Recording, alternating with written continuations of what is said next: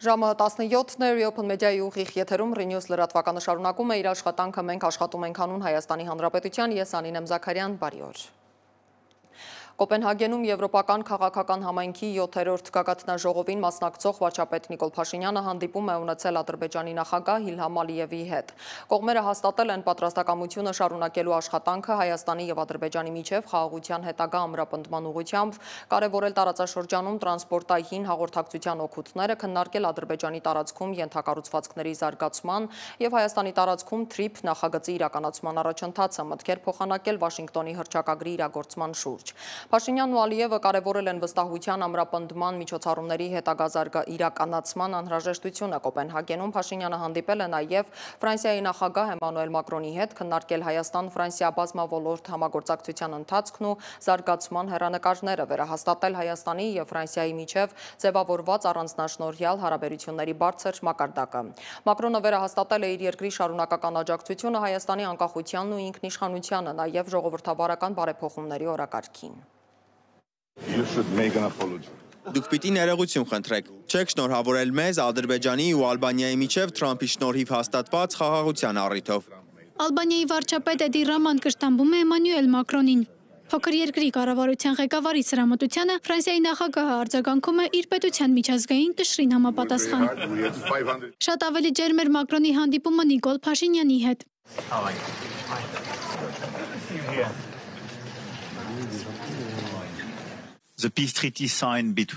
Ադրբեջանի եւ Հայաստանի միջև կնքված խաղաղության պայմանագիրը մեծ ձեռքբերում է։ Շնորհավորում եմ երկու առաջնորդներին։ Կոպենհագենում Եվրոպական քաղաքական համայնքի 7-րդ գագաթնաժողովն է մեկնարկել։ Նիկոլ Փաշինյանը աշխատանքային այցով Դանիայում է։ Նպատակը հենց գագաթնաժողովին մասնակցելն է, որտեղ նա մյուս գործընկերներից էլ է շնորհավորանքներ ընդունում։ Փաշինյանի տրամադրությունը փոքրինչ այլ էր նախորդ միջազգային հարթակներում ելույթներ ունենալուց։ Այսպես կոչված Զանգեզուրի միջանցք արտահայտությունը։ Նման արտահայտություն Վաշինգտոնում համաձայնեցրած փաստաթղթերում չկա։ Հայաստան-Ադրբեջան բանակցություններում կամ փաստաթղթերում երբեք չի եղել։ Կարծում եմ իմաստ ունի, որ ադրբեջանցի գործընկերը սպառզաբանի, թե ինչ նկատի ունի այդ արտահայտությունը օգտագործելով։ Ձեր նշած խոսույթը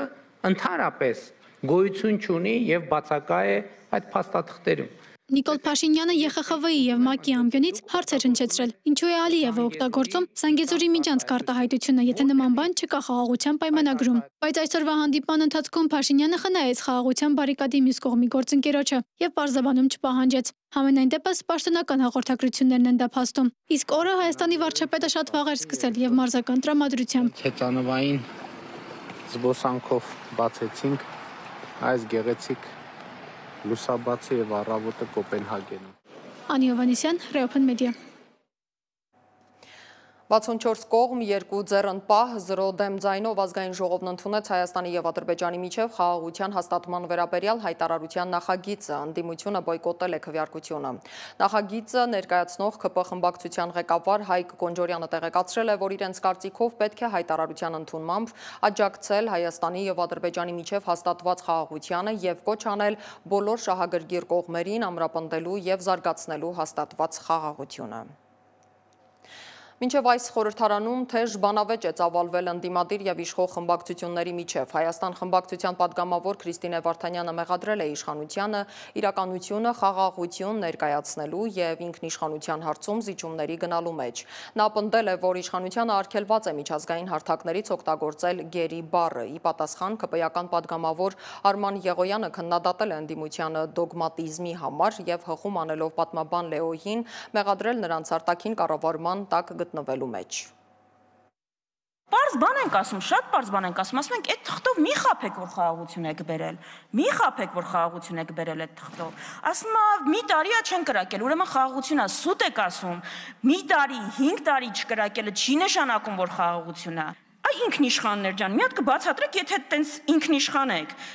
Ինչ է նշանակում գերի կարճ բառի փոխարեն օգտագործել երկարամյա կոնֆլիկտի արդյունքում անազատության մեջ հայտնված անձինք։ Այս գիտեք ինչին է նմանն, որ պետությունները հրաժարվում էին ցեղասպանություն բառը օգտագործել, չէին ուզում, ցենց ինչ ասես ասում էին, ցավալ իրադարձություններ, ողբերգական դեպքեր։ Այս երկար նախադասության փոխարեն հայ ռազմագերներ չեք կարողանում ասել։ Դաշնակցականությունը մարդուն կարոտի մեջ պահող գաղափարախոսություն է։ կալոտի մեջ պահող, կալոտ, աշխատանքից կտրող, ծուլացնող, թուլացնող, խեղճացնող, գաղափարախոսությունա, դու նստիր այստեղ, դու կալոտի, դու երազի, ասում եք ինչի ազգն բանի ամակյանբյոնից, ինչի կարճ գերի բառը չի ասում, Տիկին Վարդանյան, որովհետև կարճ գերի բառը ունի մեկ նշանակություն, որը իր մեջ չի ներառում բոլոր պահվող անձանց։ Ռազմագերին դա կարգավիճակ է, ոչ բոլոր պահվող անձինք են, որ ունեն ռազմագերու կարգավիճակ։ Կառավարության հերթական նիստի օրակարգում 31 հարց էր, որից չի զեկուցվում 28-ը։ Նիստը վարել է փոխվարչապետ Մհեր Գրիգորյանը։ Գործադիրը հավանություն է տվել Հայաստանի և Գերմանիայի կառավարությունների միջև հայտագրերի կնքվող տեխնիկական համագործակցության մասին համաձայնագրին, որով Հայաստանում մասնավոր տնտեսության զարգացման և նախնական ու միջին մասնագիտական կրթության համար կհատկացվի 6 միլիոն եվրո։ Կենսակայուն էներգետիկա, հանուն Հայաստանի համայնքների կլիմայադիմացկուն զարգացման 6 միլիոն եվրո, Հայաստանի համայնքների ինտեգրված զարգացման համար մինչև 3 միլիոն եվրո։ Մեկ այլ որոշմամբ կառավարությունը լրացուցիչ 12.5 միլիոն դրամ է հատկացրել հիփոթեկային վարկի վճարված տոկոսների վերադարձն ապահովելու համար։ Հիմնավորման մեջ նշվել է, որ 2024 թվականի վերջին ամիսներին արձանագրվել է վարկառուների կտրուկ աճ, որը հանգեցրել է վերադարձման ենթակա գումարների ծավալի սպասվածից ավելի մեծ աճի, որով էլ պայմանավորված անհրաժեշտություն է առաջացել այս տարվա պետբյուջեում նախատեսել լրացուցիչ միջոցներ վերադարձման գործընթացը իրականացնելու համար։ Մասնավորապես ծրագրից օգտվող շահառուների թվաքանակը 2024 թվականին կազմել է 50,000, իսկ 25-ի հունվար-օգոստոս ամիսների ընթացքում արդեն իսկ կազմել է 52,000։ Արցախյան պատերազմի մի խումբ մասնակիցներ հավաքվել են կառավարության դիմաց և վերադարձրել հանուն հայրենիքի կռվելու համար ստացած շքանշաններն ու մեդալները։ Ակցիայի մասնակիցները լրագրողներին ասել են, որ գործող կառավարությունն իր սխալները չխոստովանելու համար զրոյացրել է իրենց պայքարի պտուղները, ինչով էլ արժեզրկել է իրենց մեդալներն ու շքանշանները։ Զորավար Անդրանիկն Արցախյան վերջին պատերազմների մասնակից Արման Պետրոսյանի առաջին մեդալն է։ Ափսոսանքով է բաժանվում, բայց սկզբունքներին չի կարող դավաճանել։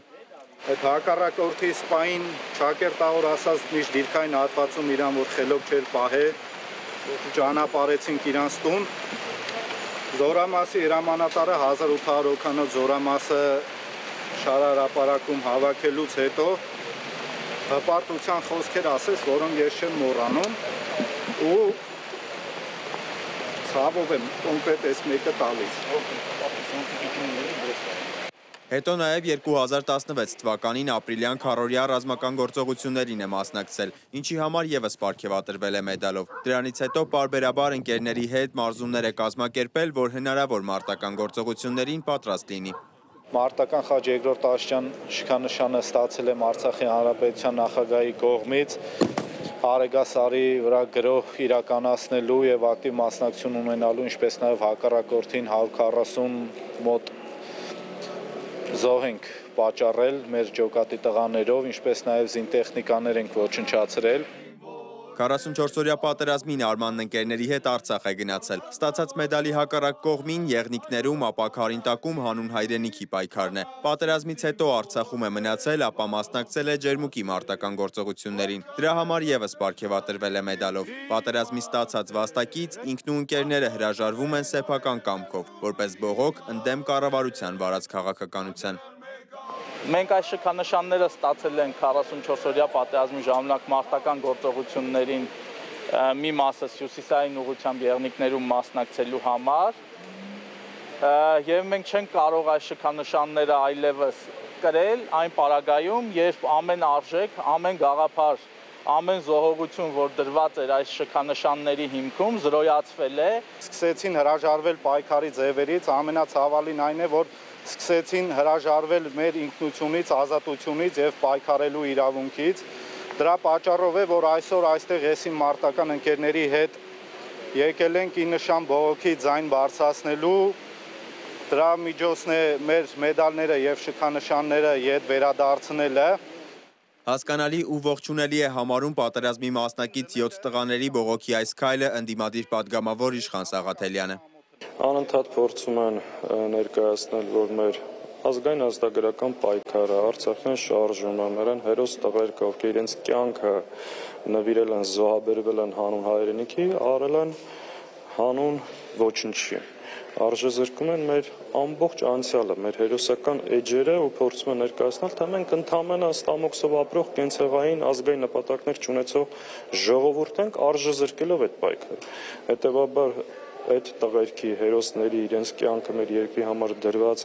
ազատամարտիկների հետ քայլը շատ հասկանալի է ու ողջունելի։ Իսկ իշխանությունից արձագանքելով պատերազմում վաստակած պարգևներից հրաժարման ակցիային ասում են, մենք պետք է հասկանանք, թե ինչ ինքնություն ենք ուզում ունենալ։ Ուր նայող ինքնություն ենք ցանկանում ունենալ, ինչ կառուցող ինքնություն ենք ցանկանում ունենալ։ Եթե իրենք համարում են, որ 4-րդ հանրապետությունը դեմ, ինչից են իրենք վերցրել, որ 4-րդ հանրապետությունը պիտի դեմ լինի իրենց ինքնությանը, օրինակ Ֆրանսիայում այսօր արդեն 5-րդ հանրապետությունն է, Ֆրանսիան 5 հանրապետություն է ունեցել։ Արդյոք դա նշանակում է, որ իրենք նախորդ 4 հանրապետություններում եղած ինքնություններից հրաժարվել են կամ դրան հակառակ են գնացել։ Եղոյանն ասում է, թող ծանոթանան բանակցային փաստաթղթերին, տեսնեն, թե ինչ հնարավոր լուծումներ են եղել, կամ իրենք նոր տարբերակ առաջարկեն խնդրի լուծման համար։ Սիմոն Հովանեսյան, Մերի Դանիելյան, Գևորգ Սյանոսյան և Վարդան Պողոսյան, Reopen Media։ Գազա մարդասիրական օգնություն տանող Տորմիղի ակտիվիստներ նախազանգել են իսրայելական զինվորականների կողմից իրենց նավերի գրավման մասին։ Նավերի մի մասը Իսրայելի ռազմածովային ուժերն ուղարկել են իսրայելական նավահանգիստ։ Թուրքիայի արտգործնախարարությունն Իսրայելի գործողությունները որակել է ահաբեկչական գործողություն և միջազգային իրավունքի խախտում, ՄԱԿ-ին կոչ անելով անհապաղ քայլեր ձեռնարկել Իսրայելին զսպելու համար։ Իսպանիայի կառավարությունը վրդովմունք է հայտնել Թել Ավիվի գործողությունների առիթով։ Թուրքիայում և մի շարք այլ երկրներում Իսրայելին դատապարտող ցույցեր են սկսվել։ Դավիթ Կենջոյանն է մանրամասնում։ Իսրայելի ռազմածովային ուժերը նախորդին կասեցրել են գլոբալ Սումուդ նավատորմի ընթացքը, որի նավերը Գազա են փորձում հասցնել դեղորայք և սնունդ, փորձելով խախտել Իսրայելի սահմանած շրջափակումը։ Ավելի քան 40 քաղաքացիական նավերից բաղկացած կամավորների խումբը տեղափոխում էր մոտ 500 մասնագետներ և ակտիվիստներ։ Նավատորմի մեջ էր նաև շվեդ էկոակտիվիստ Գրետա Թունբերգը, որը դարձել է Գազայի շրջափակման դեմ պայքարի խորհրդանիշներից մեկը։ Իսրայելի ռազմածովային ուժերը նախապես զգուշացրել էին Տորմիղին, որ այն մոտենում է ակտիվ մարտական գոտու և խախտում օրինական շրջափակումը, առաջարկելով փոխել ուղղությունը և խաղաղ ճանապարհով փոխանցել օգնությունը Գազա։ Սակայն ակտիվիստների փոխանցմամբ նրանք գտնվում էին միջազգային ջրերում և Իսրայելի գործողություններն անվանել ագրեսիվ և անօրինական։ Մեզ տեղեկացրել են, որ 12 ռազմական նավեր մոտենում են նավատորմին։ Մենք գտնվում ենք 12 ռազմական մղոն հեռավորության վրա և նրանք պատրաստվում են հասնել մեր նավերին։ Այս միջամտությունը տեղի է ունենում միջազգային ջրերում։ Դա բացարձակ ապօրինի է և խախտում է միջազգային համաձայնագրերն ու օրենքները։ Ներկայում 10-ից 12 նավեր մոտենում են մեր նավատորմին, ներառյալ մեկ նավակ, որ շարժվում է ավելի արագ, քան մյուսները։ Հիմա վերջին րոպեներն են կոչանելու կառավարություններին պահանջել Տորմիղի համար անվտանգ անցում, որպեսզի մենք կարողանանք հասնել Գազա, քանի որ այն, ինչ Իսրայելը այժմ անում է, բացարձակապես ապօրինի է։ Սկանդալ կլինի, եթե մեզ առևանգեն միջազգային ջրերում։ Մենք իրավունք ունենք հասնելու Գազա։ Մենք պետք է հասնենք Գազա։ Այսպիսով մենք հույս ենք դնում ձեր աջակցության վրա, եւ եթե մեզ ձերբակալեն, արգելափակեք ամեն ինչ։ Նախքան Իսրայելի գործողությունները Իսպանիայի վարչապետ Պեդրո Սանչեսը հայտարարել է, որ աջակցում է ակտիվիստներին եւ նրանց խաղաղ նախաձեռնությանը։ Ավելի վաղ նույնիսկ ռազմանավեր ուղարկել ուղեկցելու մարդասիրական Տորմիղին։ Առաջին իսկ րոպեից ես միշտ փոխանցել եմ Իսրայելի կառավարությանը, որ բնականաբար մեր քաղաքացիները, այն հայրենակիցները, որոնք գտնվում են նավատորմում, կունենան լիակատար դիվանագիտական պաշտպանություն եւ այլ կերպ չէր կարող լինել։ Նրանք վտանգ կամ սպառնալիք չեն ներկայացնում Իսրայելի համար եւ հետեւաբար ես հույս ունեմ, որ Իսրայելը նույնպես որևէ սպառնալիք չի ներկայացնի այդ Տորմիղի համար։ Միջազգային հանրությունը դատապարտել է Իսրայելի գործողությունները խաղաղ ջրերում։ Աշխարհի տարբեր վայրերում բողոքի ակցիաներ են։ Մարդիկ պահանջում են ազատ արձակել միջազգային ջրերում Իսրայելի կալանավորած ակտիվիստներին։ Իսրայելցի զինվորականները պնդում են, որ Տորմիղը տարհանվել է մարտական գոտուց, բայց կազմակերպիչները մեղադրում են կապի խափանման եւ ակտիվիստների կյանքը վտանգելու մեջ։ Ակտիվիստների խոսքով 13 նավակի ընթացք կասեցվել է, բայց 30-ը շարունակում են շարժվել դեպի Գազա։ Իրավապաշտպանների համոզմամբ Իսրայելի կողմից գլոբալ Սումուդ նավատորմի կասեցումը միջազգային ջրերում ոչ միայն խախտում է միջազգային իրավունքը, այլև ընդգծում միջազգային հանրության անզորությունը, կանխելու նման հանդուգն գործողությունները, որոնք անպատիժ են մնում, խորացնելով աշխարհում հումանիտար ճգնաժամը։ Դավիթ Գենջոյան, Reopen Media։ ՆԱՏՕ-ի գլխավոր քարտուղար Մարկ Ռյուտեն ձայնը բարձրացրել է Էստոնիայի կառավարության ղեկավարի վրա ռուսական MiG-31 ինքնաթիռի թռիչքին արձագանքելու վերաբերյալ վեճի ժամանակ։ Fox News-ը հղում անելով վեճին ներկա եվրոպացի պաշտոնյաների հայտնում է, որ Ռյուտեի եւ Քրիստեն Միխալի միջև անհամաձայնությունը ծագել է այն բանից հետո, երբ Տալինը կիրառել է ՆԱՏՕ-ի պայմանագրի 4-րդ հոդվածը, որը նախատեսում է խորհրդակցություններ այն դեպքում, երբ դաշինքի անդամը հայտարարում է իր անվտանգությանը սպառնացող վտանգի մասին, մինչդեռ Ռյուտեի համոզմամբ Էստոնիան չարաշահում է հոդվածը եւ թույլատնում պայմանագրի արդյունավետությունը։ Նա բարձր ձայնով ասել է, թե դաշինքը պետք է զգույշ լինի չափազանց հաճախակի տագնապ բարձրացնելիս։ Միացյալ Նահանգների նախագահ Դոնալդ Թրամփի տնտեսական խորհրդականները զգուշացնում են, որ կառավարության աշխատանքի երկարատև կասեցումը կամ այսպես կոչված շաթդաունը կարող է լուրջ տնտեսական հետևանքներ ունենալ երկրի համար։ Նրանց հաշվարկով Ամերիկան կարող է շաբաթական 15 միլիարդ դոլարի հնայի աճ կորցնել։ Եթե շաթդաունը տևի 1 ամիս, գործազուրկների բանակը կհամալրվի 43,000 հոգով, չհաշված հարկադիր արձակուրդում գտնվող գրեթե 2 միլիոն դաշնային ծառայողներին։ Խնդիրն առաջացել է կոնգրեսում, որտեղ դեմոկրատները կասեցրել են ներգաղթյալ համար նախատեսված միջոցները վերաբաշխելու Թրամփի ծրագիրը։ Կառավարության երկարաձգված շաթդաունի իրական տնտեսական հետևանքներն ուղղակիորեն ընկնում են դեմոկրատ սենատորների ուսերին, որոնք պատանդ են պահում դաշնային կառավարությանը, տնտեսությանը եւ երկրին անօրինական ներգաղթյալներին անվճար առողջապահություն ապահովելու համար։ Նշված է Սպիտակ տան հայտարարության մեջ։ Միջազգային լրահոսի եւս մի քանի դրվագ մեկ տեսաշարով։ Ռուսաստանի պաշտպանության նախարարությունը հայտնել է Դնեպրոպետրովսկի շրջանի Վերբովե բնակավայրը գրավելու մասին։ Հարվածներ են հասցվել Ուկրաինայի ռազմաարդյունաբերական օբյեկտների, ներառյալ անօդաչուների արձակման վայրերին։ Ուկրաինան իր հերթին հայտնել է, որ վերջին 24 ժամում հետ է մղել ռուսական հարձակումները բազմաթիվ ուղղություններով, ոչնչացրել է 44 դրոն եւ հարվածներ հասցրել ռուսական ուժերի կենտրոնացման վայրերին։ Ռուսական հարձակումների հետևանքով Չեռնոբիլի ատոմակայանում հոսանքազրկումներ է տեղի ունեցել։ Ուկրաինայի էներգետիկայի նախարարությունը աշխատում է էլեկտրամատակարարումը վերականգնելու ուղղությամբ։ Ամերիկայի կառավարությունը նախօրեին դադարեցրել է աշխատանքը, քանի որ կոնգրեսը եւ Սպիտակ տունը չեն կարողացել համաձայնության գալ ֆինանսավորման հարցում, սկիզբ դնելով երկարատև խնդրի, որը կարող է հանգեցնել տասնյակ հազարավոր դաշնային աշխատողների կորստի։ Սպիտակ տան մամուլի քարտուղար Կարոլին Լևիթը հայտնել է, որ գերատեսչությունները պատրաստվում են կրճատումների, մինչդեռ փոխնախագահ Ջեյ Դի Վենսը նշել է, որ վերջնական որոշումներ դեռ չունեն կրճատումների կամ հարկադիր արձակուրդի մասին։ Կառավարության շաթդաունը կկասեցնի կարևոր տնտեսական զեկույցների հրապարակումը, կդանդաղեցնի օդային հաղորդակցությունը, կդադարեցնի գիտական հետազոտությունները, կհետաձգի զինվորականների աշխատավարձները եւ կհանգեցնի 750,000 դաշնային աշխատակիցների արձակուրդի, օրական 400 միլիոն դոլարի կորստով։ Հազարավոր մարդիկ հավաքվել էին Բելգրադում հակակառավարական երթի Նովի Սադում երկաթուղային կայարանի տանիքի փլուզումից 11 ամիս անց, որի հետևանքով զոհվել էր 16 մարդ։ Ցուցարարները, որոնք մեղադրում են կառավարության աղետի համար, կարճ ժամանակով փակել են գազելակամուրջը եւ պահանջում են արտահերթ ընտրություններ։ Չնայած բողոքի ակցիաները հիմնականում խաղաղ են, ուսանողները, ընդդիմադիր խմբերը եւ հակակոռուպցիոն կազմակերպությունները մեղադրում են նախագահ Ալեքսանդր Վուչիչին կազմակերպված հանցագործության հետ կապերի, քաղաքական հակառակորդների դեմ բռնությունների եւ մամուլի ազատությունների ճնշման մեջ, ինչը նա հերքում է։ Ֆիլիպինների կենտրոնական Սեբու նահանգում տեղի ունեցած հզոր երկրաշարժի հետևանքով զոհերի թիվը հասել է 72-ի, վիրավորների թիվը 200-ի, հայտնել է Ֆիլիպինների քաղաքացիական պաշտպանության գրասենյակը։ Ամենաշատ տուժած Բոգո քաղաքում փրկարարական աշխատանքները շարունակվում են, սակայն բնակիչները բախվում են հումանիտար խնդիրների, հոսանքազրկումների եւ ծանրաբեռնված բուժ հիմնարկների։ Շատ բնակիչներ ստիպված են գիշերել դրսում, վրաններում կամ մեքենաներում։ Դավիթ Գենջոյան, Ռիոփն մեդիա։ Ամերիկացի ձեռնարկատեր Իլոն Մասկը սահմանել է հերթական ֆինանսական ռեկորդը, դառնալով պատմության մեջ առաջին մարդը, որի զուտ կարողությունը կազմում է $500 միլիարդ։ Forbes-ի միլիարդատերերն իրական ժամանակում հավելվածում նշվել է, որ կես տրիլիոնի ցուցանիշը գրանցվել է 15:30-ին արևելյան ժամանակով։ Forbes-ի ինդեքսը մի քանի ժամ անց 23:10-ին Մասկի կարողությունը գնահատել է $499.5 միլիարդ։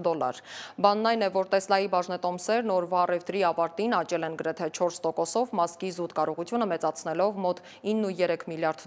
հետո փոքր-ինչ տատանվել է։ Առաջիկա օրերին եղանակը կտրուկ կտաքանա հիդրոթերևութաբանության կենտրոնից տեղեկանում ենք, որ վերջին 2 օրերին Սև ծովի ցիկլոնով պայմանավորված հանրապետության տարածքում օդի ջերմաստիճանն զգալի նվազել է, մի շարք շրջաններում տեղումներ են, բայց սկսած հոկտեմբերի 3-ից մինչև ամսի 6-ը մեր երկիրը կգտնվի տաք օդային հոսանքների ներքո։ Հանրապետության ողջ տարածքում օդի ջերմաստիճանը կբարձրանա 8-ից 10 աստիճանով։ Այսքանն էինք պատրաստել այս ժամի համար, հիշեցնեմ, որ մեզ կարող եք գտնել սոցիալական բոլոր հարթակներում, մենք աշխատում ենք հանուն Հայաստանի Հանրապետության։ Ես Անին եմ Զաքարյան, կհանդիպենք լուրերի գլխավոր թողարկման ժամին 20:00-ին առայժմ։